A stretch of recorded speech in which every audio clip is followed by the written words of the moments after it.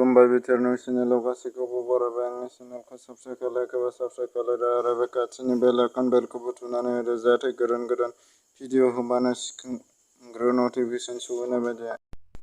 धेमाजि जिल्लानि सिङाव थानाय सिमोनसापुरि समखो भागत असु क्लाब गेलेग्रा फोथाराव समखो ओनसोलनि जेसेबां गामि दङ गासैबो गामिखौ लानानै फुटबल खेला होनाय जायो। 75थि भारत उदांस्रि सानजों लोब्बा लाखिनानै मैया राभाराय अनम बासुगावनि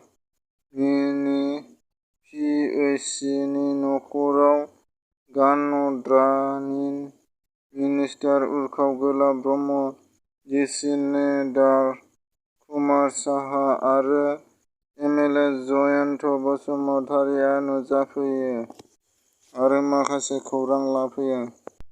75थि भारत उदांस्रि जादोंब्लाबो भकतपारा ओनसोलनि सुबुंफोरा गोजोननाय मोनाखै। मैया 75थि भारत उदांस्रि सान बे हाबाफारिखौ लानानै मैया बाहेरा गामियाव गाजा-गोमजायै फिरफिला बिरहोनायजों लोगोसे हाबाफारिखौ जाफुंसारहोनो लायो।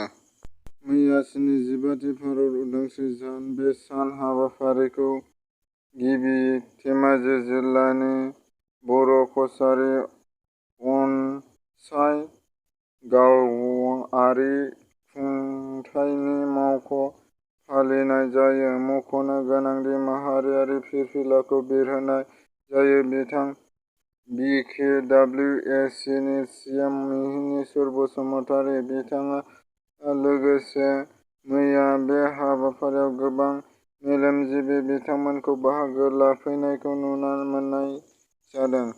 चिरां जिल्लानि बिजिनि सिलबारि आमब्रागुरि गामियाव आसामनि मन्थ्रि उर्खाव गोलाव ब्रह्मआ नुजाफैदों। मैया थांनाय 9 आगस्टखालाराव टकिय' अलिम्पिकजों सरजाबफानानै रुपक शर्मा निउवेल मुंनि फेसबुकआव एस.टि. आरो एस.सि. नि हारिखौ लाजि फोनांनायखौ लानानै ए.ए.टि.एस.इउ. आफादनिफ्राय फायर होनाय जाबाय।